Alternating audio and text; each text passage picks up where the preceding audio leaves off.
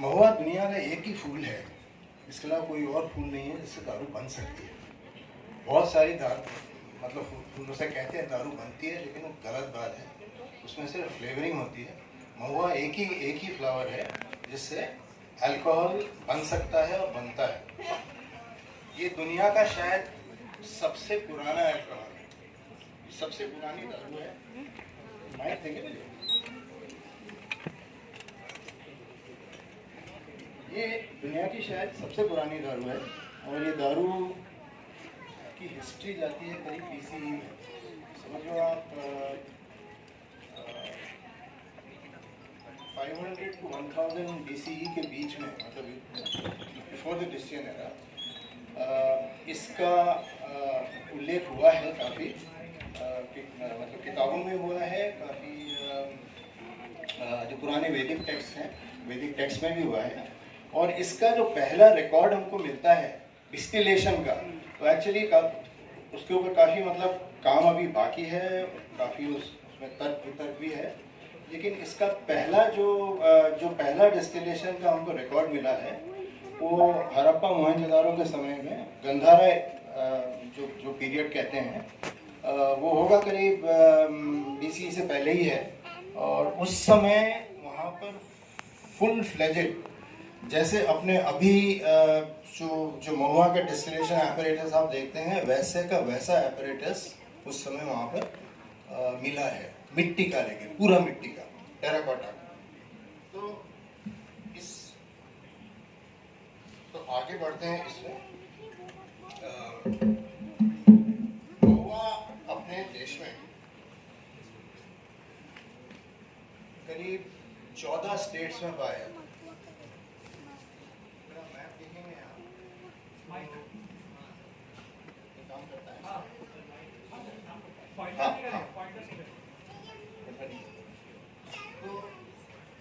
अपना महुआ जो मेन बनता है वो है राजस्थान के जो मध्य प्रदेश और गुजरात एरिया में लगा हुआ है, वहाँ से शुरू होता है और करीब करीब जाता है उड़ीसा के बीच तक, नीचे तक जाता है। ये आंध्रा तक, फिर महाराष्ट्र का टुकड़ा है, कुछ भाग कर्नाटक का भी, आंध्रा का भी उसमें लगा रहता है। जो मेन प्रोड्यूसिंग आपके एरियाज हैं, जहाँ पर मैक्सिमम मतलब महुआ जहाँ से प्रोडक्शन होता है, मतलब फूल कलेक्ट किए जाते हैं, वो है आपके उड़ीसा, छत्तीसगढ़ और मध्य प्रदेश। और महाराष्ट्र का भी काफ़ी एरिया है जहाँ पर भी महुआ होता है, लेकिन मैक्सिमम 3 स्टेट्स हैं, मध्य प्रदेश, छत्तीसगढ़, झारखंड का भी कुछ पार्ट है जहाँ पर भी काफ़ी प्रोडक्शन है। बट मेन जहाँ से उड़ीसा, आंध्रा, छत्तीसगढ़, मध्य प्रदेश, तेलंगाना भी अब तो स्प्लिट हो गया है। तेलंगाना में खुदा नहीं, उससे मैं सोच रहा हूँ, लेकिन आंध्रा में ज़्यादा है। तेलंगाना में भी है, आंध्रा में उससे ज़्यादा है। वेस्ट बंगाल में सिर्फ पुरुलिया जो पार्ट है वहाँ दिखता है, वहाँ भी महुआ के। लेकिन ये जो महुआ के पेड़ है नेपाल तक जाते हैं, बांग्लादेश में भी पाया जाता है। तो दारू सिर्फ इस जो ब्लू एरिया जो मैं दिखा रहा हूँ, वहाँ ज़्यादा दारू बनती है। और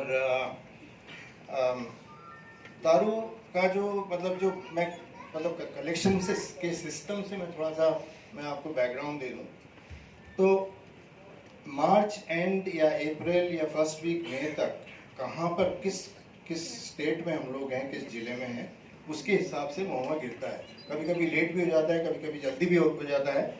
और गिरने से पहले इसके सारे पत्ते साफ हो जाते हैं, एक भी पत्ता नहीं रहता पेड़ पे। और फिर उसके बाद इसकी कलियां फूटती हैं इस तरह से। तो जैसे बाकियों का फूल गिर चुका है, इसका एक फूल बाकी है। तो ये भी टेम्परेचर के हिसाब से, जैसे वो कह रहे थे कि कोई 2 बजे जाता है, कोई 3 बजे जाता है, इसका एक्चुअली काफ़ी, एक तो टेम्परेचर पे डिपेंड करता है और दूसरा डिपेंड करता है कि वहाँ से महुआ के पेड़ कितने दूर हैं। मान लो आपके एक गांव है, जैसे ये अमरकंटक के पास एक गांव में मैं गया था। उस गांव में एक भी महुआ का पेड़ नहीं है, लेकिन उस गांव से लोग छत्तीसगढ़ नदी, मतलब नर्मदा नदी क्रॉस करके रात को जाते हैं। तो उनका महुआ गिरेगा कितना बजे? 3 बजे, मान लीजिए 2 बजे गिरेगा, तो घर से निकलते हैं 12 बजे। और उस गांव में सबसे मेजर मतलब भालू के अटैक हुए हैं। तो मैं करीब 20 या 25 लोग से मिला, मतलब देखने में डर लगता था। जो तो ये सब चीज़ें भी हैं। जैसे काफ़ी जो रिसर्च अभिजीत कर रहा है उससे पता लग रहा है कि लोग वैसे महुआ के पेड़ बचा के रखते हैं, कभी काटते नहीं हैं। लेकिन अगर महुआ का पेड़ मान लीजिए घर से 15 किलोमीटर दूर है, तो वहाँ तक कौन जाएगा? उस महुआ का क्या होगा? उसको कोई काट के उसको मतलब जलाने के लिए, उसका या टिम्बर के लिए लकड़ी ले रहे हैं, तो महुआ कट भी रहा है वैसे। मतलब ऐसा नहीं है कि महुआ कटता नहीं है। आपने फिल्म में देखा कि जहाँ जहाँ महुआ मतलब तादाद में गिरता है, कहीं कहीं महुआ नहीं गिरता है। हर साल में थोड़ा डिफरेंस आता है, किसी साल मैक्सिमम होता है। कहते हैं कि आम, इमली और महुआ एक साथ चलते हैं। तो मतलब कलेक्शन ये बस्तर का है, पिछला वाला उड़ीसा का था। सुबह कलेक्ट करते हैं, उसको लेके फिर घर आते हैं जमा करके। ये शहडोल का है। Shahdol probably one of the biggest producing districts in the country.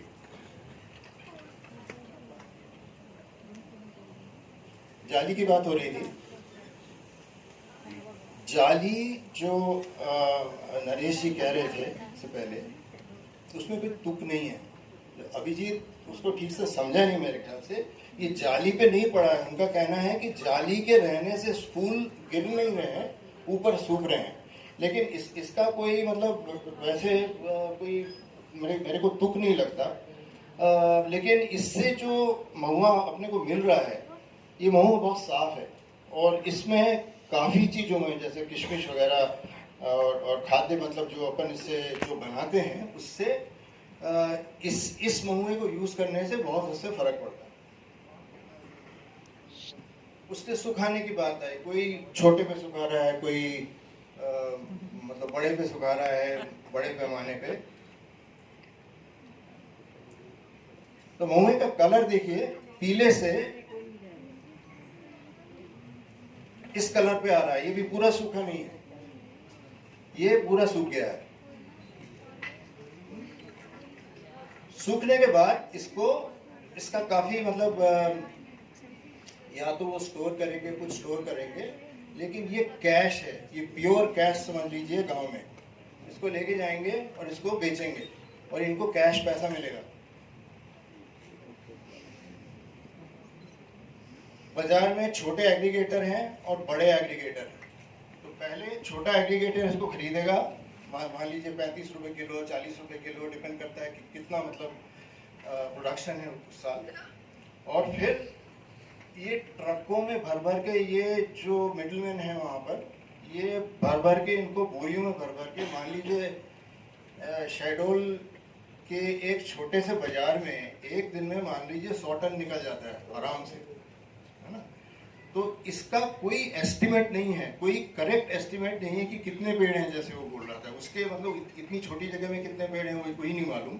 तो अपने बड़े पैमाने में कहाँ कितने पेड़ हैं किसी को नहीं मालूम। ये इसका सर्वे हुआ है, ये एस्टिमेट से सब मतलब अपनी अपनी बता देते हैं कि यहाँ पर 50 पेड़ हैं और यहाँ पर 40 पेड़ हैं, लेकिन कोई किसी ने एक्चुअली गिना नहीं होगा। कितना महुआ प्रोड्यूस होता है ये भी एस्टिमेट्स हैं सारे।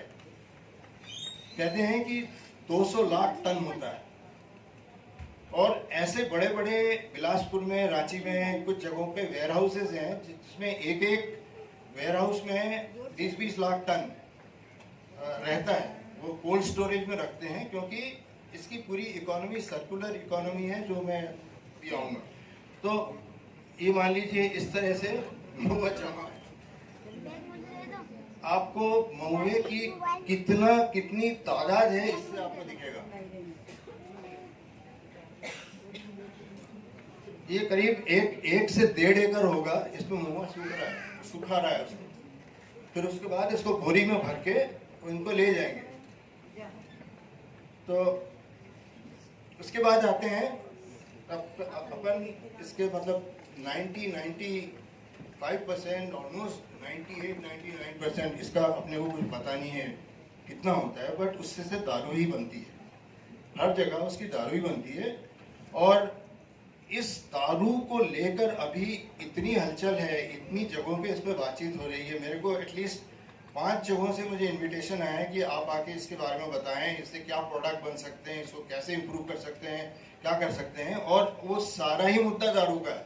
सभी चाहते हैं, मतलब बड़ी बड़ी कंपनियां अब चाह रही हैं कि इस दारू को बनाएं, और अगर यहाँ पर मान लीजिए उसकी बिक्री कितनी हो नहीं हो, लेकिन इसको ये एक्सपोर्ट करना चाहते हैं। एटलीस्ट 5 साल पहले यहाँ से फूल लेके फ्रांस ले गए, और फ्रांस में मोह बना के बेच रहे हैं, अब भी बेच रहे हैं। मैं उसके बारे में थोड़ी देर बाद बताऊंगा। तो इसीलिए मैं कह रहा हूँ कि अपन लड्डू ही बनाते रहेंगे और लड्डू बनाते रह जाएंगे, और ये लोग सब बाहर ले जाके अपनी पुरानी हिस्ट्री, टेक्नोलॉजी, ट्रेडिशनल प्रोडक्ट बना के इससे पैसे कमाएंगे, और हमको नहीं मिलेगा इतना कुछ।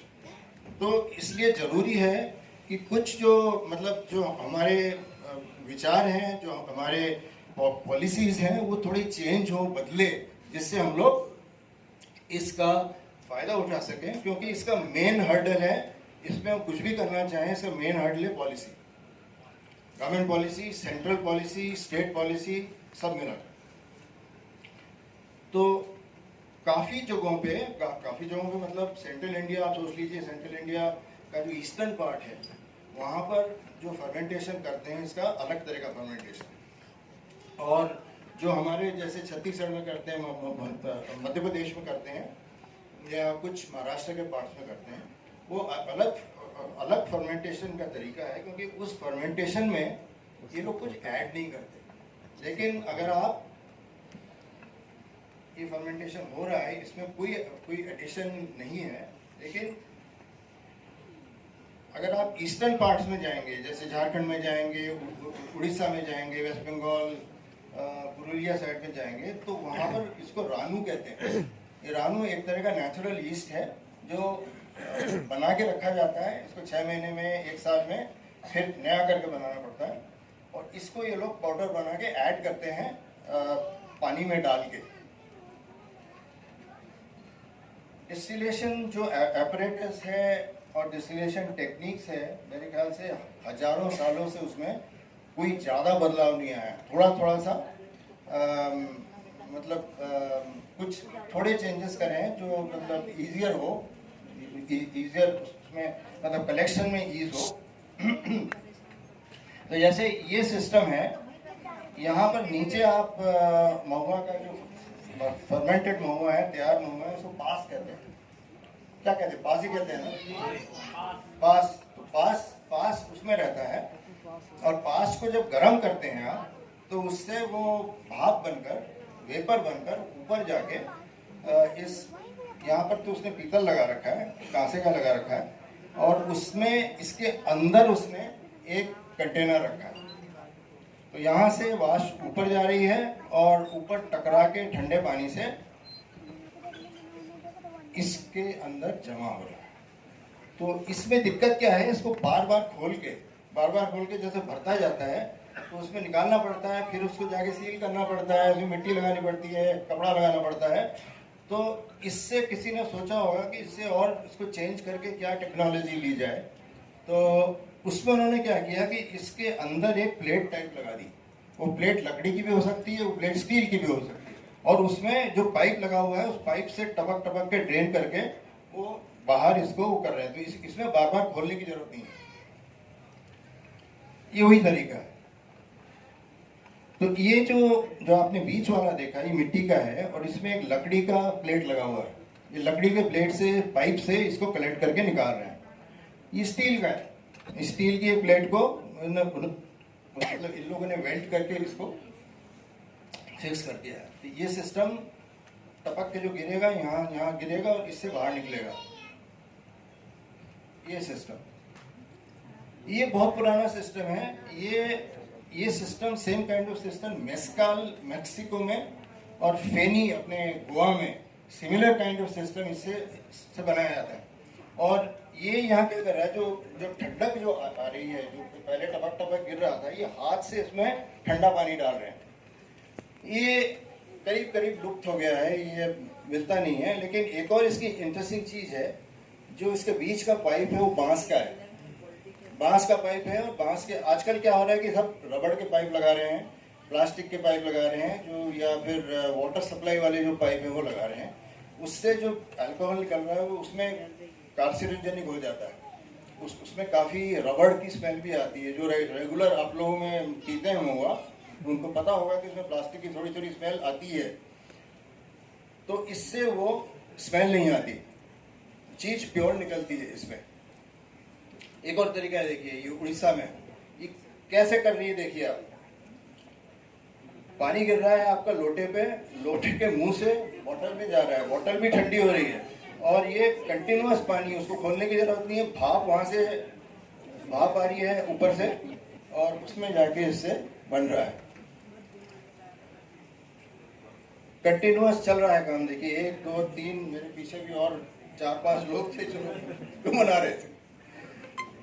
एक तरीका है, ये ऋतिक की फोटो है अपने GHCI का ही बैच का है।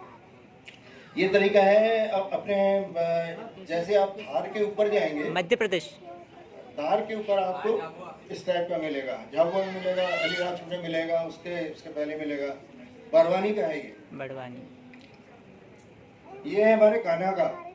ये वहाँ पर बैगाटोला है, वो बैगाटोला वाले वहाँ पर नदी पे जाके इसको बनाते हैं रेगुलरली।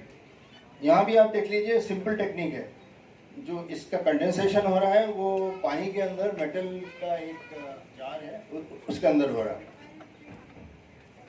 ये अलीराजपुर का है। ये घर पे है, सेम टेक्नोलॉजी घर पे। पानी इस पर डाला है, इसको पानी चेंज करते रहते हैं जैसे जैसे पानी गर्म हो रहा है। ये पूरा कमर्शियल एक सेटअप है, पूरा मतलब इलीगल सेटअप है लेकिन कमर्शियल सेटअप है। ये बोलांगीर का है। कौन सा बोलांगीर का? वहाँ का है ये। मैं अंदर जाके एक झरना सूख गया था, उसमें प्राय 50 होंगे ऐसे जो काफी टूटे हुए थे और काफी वो थे। यहाँ पर भी सिस्टम इंजीनियस है। भाप वहाँ से आ रही है, बड़ा है, करीब 40-50 लीटर का पास का है। उसमें से झरने में से पानी आके इसमें गिर रहा है और कंटिन्यूसली बन रहा है। ये देखिए, और ले कैसे जा रहे हैं? ट्रक के टायर के ट्यूब में भर के इसको साइकिल पे लाद के लेके जा रहे हैं। और ये शहरों के एजेस पे काफी मतलब इसकी क्वालिटी कहते हैं बहुत अच्छी है। तो इसका तो एक दिन में जितना बनाता है पूरा बिक जाता है। तो ये लोग यूं पकड़ के लेके जाते हैं और इसका थोड़ा सा ऊपर का खोल देते हैं, ग्लास में भर के आपको देते हैं। और जो बाकी बचता है उसका पास का, वो दिखाते हैं। मतलब तो मध्य प्रदेश ने 2021 में महुआ को कमर्शियली डिस्टिल करने की राइट सिर्फ शेड्यूल ट्राइब्स को दी।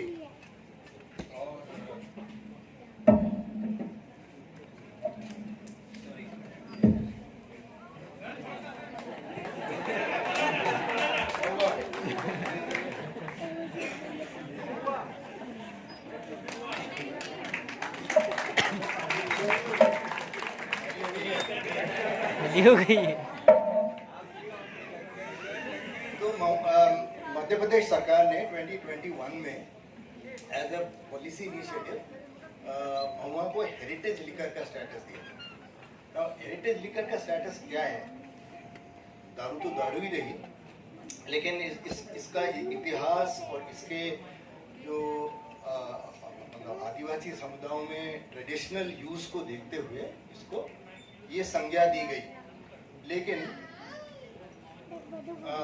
इसमें एक थोड़ा सा मतलब एक सटल एक डिफरेंस है जिसको मैं क्विकली समझाता हूँ आपको। लिकर की बहुत सारी कैटेगरी है। मान लीजिए पहली कैटेगरी है आपकी FL, वो है फॉरेन लिकर। उसके बाद आता है IMFL, वो है इंडियन मेड फॉरेन लिकर, जैसे रम, विस्की वगैरह। जनरली सारा ये इंडस्ट्रियल अल्कोहल से बनता है। ये बड़ी बड़ी फैक्ट्रीज जो होती हैं उसमें बड़े बड़े कॉलम डिस्टिल्स होते हैं, उससे ये इंडस्ट्रियली डिस्टिल होके निकल के आता है। और इसमें कोई कलर नहीं होता, कोई फ्लेवर नहीं होता। तो इसको फैक्ट्रीज में लाते हैं, बॉटलिंग प्लांट्स में लाते हैं, और उसमें कलर मिक्स करते हैं और फ्लेवर मिक्स करते हैं। फ्लेवर कहाँ से आता है? सिंथेटिक फ्लेवर है पूरा। तो आप जो विस्की, रम वगैरह जो भी पी रहे हैं, पूरा सिंथेटिक फ्लेवर है, अनलेस आप बहुत ही महंगी दारू खरीद रहे हैं। जैसे मान लीजिए आप 1500 से 2000 से ऊपर वाली जो दारू खरीद रहे हैं, उसमें शायद सिंथेटिक फ्लेवर नहीं होगा, या होगा तो बहुत कम होगा। तो ये उसकी बीच की एक चौथी कैटेगरी, और नहीं, एक तीसरी कैटेगरी है, उसको कहते हैं CL, country liquor. Country liquor भी करीब करीब वही चीज़ है, वो फ्लेवर्ड है, लेकिन जो उसकी क्वालिटी है वो IMFL से बहुत बहुत कम है।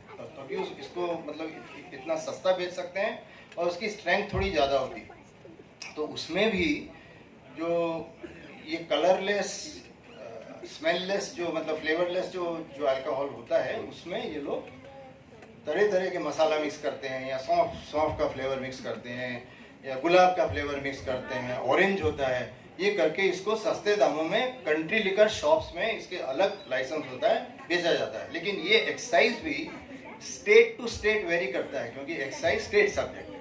तो ये जो हेरिटेज लिकर की जो कैटेगरी इन लोगों ने क्रिएट करी है, इसका टैक्स कम है। जैसे मध्य प्रदेश में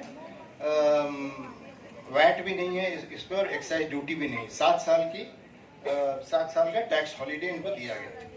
और राइट टू कमर्शियली डिस्टिल मतलब महुआ सिर्फ शेड्यूल ट्राइब्स को दिया गया है, वो भी SHGs को दिया गया है, जिसकी 50% जो मेंबरशिप होगी वो महिलाओं की होगी। अगर 50% महिलाओं की नहीं है तो वो इस लाइसेंस को नहीं ले पाएगा।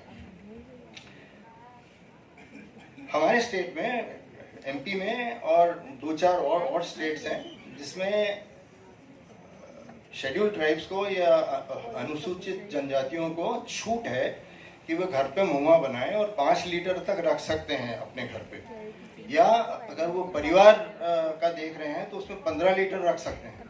और अगर मान लो कोई त्यौहार आ गया या कोई शादी वादी है, तो ये लोग 45 लीटर तक घर पे बना के रख सकते हैं। ये जो राइट है, ये इसमें कोई चेंज नहीं। आइडिया वही था कि एक ट्रेडिशनल स्किल को मतलब मोनिटाइज किया जाए, और एक तरह से जो महिलाएं हैं उनको मतलब जो उनकी ट्रेडिशनल स्किल को मतलब एम्पावर किया जाए। और मेरे लिए जो सबसे इम्पोर्टेंट चीज़ थी कि इस ट्रेडिशनल जो पुराना हमारा ऐतिहासिक एक जो परंपरा है, उसमें एक गर्व होना चाहिए। मतलब ऐसा नहीं हो, आजकल लोग कहते हैं महुआ खराब है, ये तो मतलब लोगों को की ज़िंदगी मतलब बर्बाद कर देता है, उसमें छूना नहीं चाहिए। इसमें थोड़ा सा प्राइड आना चाहिए, इसमें थोड़ा सा गर्व आना चाहिए कि ये हमारी माँ बनाई करती थी, हमारी बहनें बनाई करती हैं। इसमें इतनी कुछ बुराई नहीं है मतलब पीने में। ऑफ कोर्स एक्सेसिव चीज़ कोई भी करेगा तो उसमें बुराई है ही, लेकिन ये चीज़ हमको मेरे ख्याल से ये सबसे मेरे लिए बहुत ही इम्पोर्टेंट थी। जब हम लोगों ने ये काम शुरू किया तब 2 ब्रांड मार्केट में थे, और एक नाम था माँ, ये फ्रांस में बना रहे थे। ये यहाँ से छत्तीसगढ़ से ये लोग फूल ले जाते थे और वहाँ फर्मेंट करके ये लोग बनाते थे। इसको मैंने अभी तक टेस्ट नहीं किया, मेरे को मिला नहीं है, लेकिन मिलेगा शायद कुछ दिनों में, तो मैं आपको बताऊंगा कैसा है। और आंध्र प्रदेश एक ओनली स्टेट था जिसने एक ही आदमी को मतलब एक ही कंपनी को महुआ डिस्टिल करने का लाइसेंस दिया था, और उसका नाम था डेस्मंड नाज़ारेथ। और डेस्मंड नाज़ारेथ, इसकी फोटो है यहाँ, वो 2 चीज़ें बनाता है, गोवा और कुछ अब तो बम्बई और कर्नाटका में भी मिलता है। और डीजेज महुआ नाम की ब्रांड वो वहाँ पर बेचता है। उसमें एक लिक्योर भी है और एक स्पिरिट भी है। इसमें ये प्योर महुआ स्पिरिट मैं नहीं बोलूँगा, इसमें मेरे ख्याल से कुछ एडिटिव्स हैं, लेकिन ये बाज़ार में दोनों बिकती हैं, मतलब ये बाहर बिकती है, यूरोप में बिकती है, और ये मैं 22 की बात कर रहा हूँ। 22 जब मुझे और जो अपने स्टेट में हेरिटेज लिकर का डिस्टिलेशन हुआ, मतलब डिक्लेरेशन हुआ, इसके लिए कुछ डेस्मन जी भी रिस्पॉन्सिबल हैं, क्योंकि उन लोग वो आए थे यहाँ मीटिंग करके, उन्होंने रेकमेंड किया था कि ये आप हेरिटेज लिकर स्टेटस बनाएं क्योंकि ये ज़रूरी है। तो हमारा जो ब्रीफ था उस समय कि महुआ का जो हम प्रोडक्ट बनाएं वो घर के प्रोडक्ट से मिलता जुलता होना चाहिए। ऐसा नहीं होना चाहिए कि वो हम कोई बड़ी यूरोपियन टेक्नोलॉजी ले आएँ और उससे एक तरह का मतलब यूरोपियन मतलब विस्की टाइप हम महुआ बनाएं। हमारा ब्रीफ था और हम यही चाहते थे कि जैसा लोग आदी हैं, जैसा लोग पीते हैं, वैसा का वैसा ही मिले। लेकिन हमको ये उसके साथ साथ ये भी ज़रूरी करना था कि अगर हम कमर्शियली इसको बेच रहे हैं तो ये FSSAI के जो मानक होते हैं उन मानकों को उसके अंदर रहना चाहिए, क्योंकि उसके ऊपर हम उसको बेच नहीं पाएंगे और सब्सटेंस टॉक्सिक भी हो सकता है। उसके साथ साथ हम लोगों को जो अच्छे इच्छुक इंटरेस्टेड SHGs हैं उनको दो आइडेंटिफाई करने थे और 2 मॉडल डिस्टिलरीज हमको सेटअप करनी थी। तो इस प्रोडक्ट को डेवलप करने के लिए वसंत दादा शुगर इंस्टीट्यूट नाम की एक संस्था है जो पुणे में है, उसकी बड़ी अल्कोहल लैब है। तो उसको ये काम सौंपा गया कि आप इसका ये प्रोडक्ट डेवलप करें, और हम लोग सब उसमें कंट्रीब्यूट करते थे, इनपुट देते थे कि ये मैच कर रहा है नहीं कर रहा है, ये सही है कि नहीं, और उसकी टेस्टिंग होती थी। उसके बाद शुरू हुआ हमारा दौर। ये अलीराजपुर की फ़ोटो है, यहाँ पर हम लोग SHG से बात कर रहे थे वहाँ पर कि आप लोग इच्छुक हैं, बना पाएंगे कि नहीं, आप लोग घर पे बनाते थे कि नहीं। तो ये एक लंबा मतलब हम लोगों का दौर चला। ये डिंडोरी का है, जुनवानी का, हम लोग वहाँ गए थे बात करने। तो जो फाइनली हम लोगों ने चुना वो एक तो चुना अलीराजपुर में कट्ठीवाड़ा नाम की एक जगह है। कट्ठीवाड़ा में जगह भी थी और बढ़िया जगह थी, और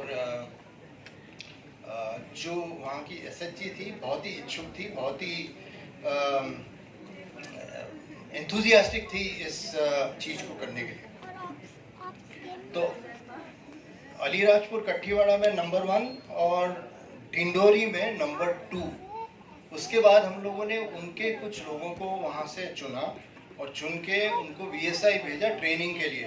तो ये सारे वहाँ के हैं। ये अंकिता बीच में जो खड़ी है वो अपने साथ ही है, वहाँ पर स्टॉल पे वही मैन कर रही थी, और अंकिता ही है जो अलीराजपुर की SHG को लीड करती है। वो पूरी फुली ट्रेंड है, उसको आप किसी बड़ी डिस्टिलरी में भेज दोगे तो वहाँ भी वो काम कर सकती है आराम से। तो इस 3 हफ्ते की ट्रेनिंग के बाद इन लोगों को सर्टिफिकेट्स मिले, और सबसे पहली जो डिस्टिलरी खड़ी हुई वो खड़ी हुई आपकी कट्ठीवाड़ा में अलीराजपुर में, जिसमें आपका ये बॉन्ड ब्रांड बनता है।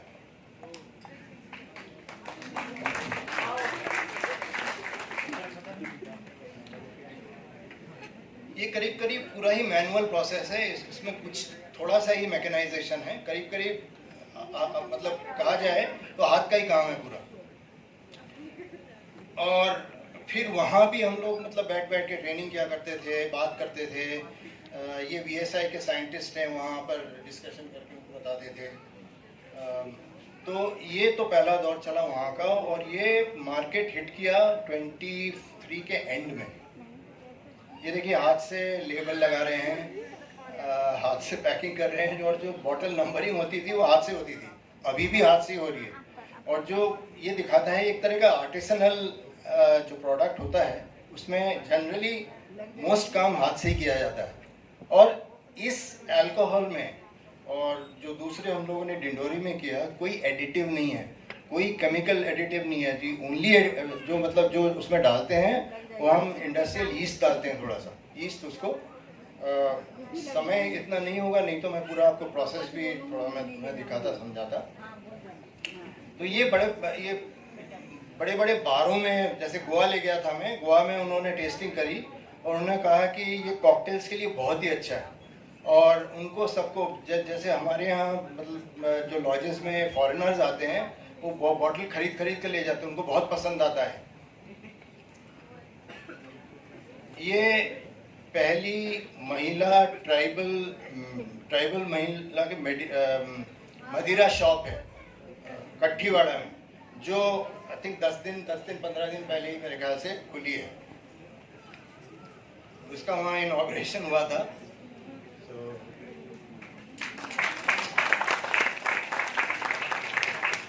अब आते हैं अपन डिंडोरी में। डिंडोरी का जो प्लांट था वो ऑलमोस्ट कंप्लीटली मतलब उसका शेड मकान जितना भी बनना था वो पूरा स्क्रैच से बना है। और स्क्रैच से बनाया मतलब शुरुआत से, मतलब एकदम नींव से उसको बनाया गया है। वहाँ भी प्रक्रिया करीब सिमिलर है, टेक्निक सेम है, लेकिन इसमें हाथ का काम थोड़ा कम है, क्योंकि काफ़ी हाथ के काम से जितनी मेहनत लग रही थी उतनी मेहनत मतलब शायद जितना जो प्रोडक्ट था उस प्रोडक्ट की जितनी कीमत थी उसके हिसाब से कुछ ज़्यादा लग रही थी हम लोगों को। तो थोड़ा सा इसमें मैकेनाइज किया था हमने।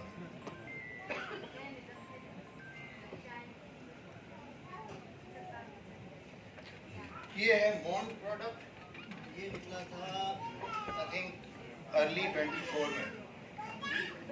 इसकी डिज़ाइन वगैरह सब हम लोगों ने वहीं करी।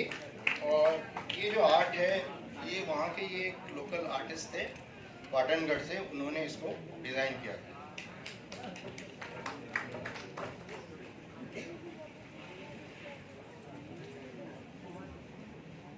तो यही है, ये मोहल्लों का मतलब आप क्या कहेंगे, जितना जोश इनमें दिख रहा है, जितना जोश अलीराजपुर में दिखता है। तो मैं अंकिता है, अंकिता को बुलाओ, कहाँ है?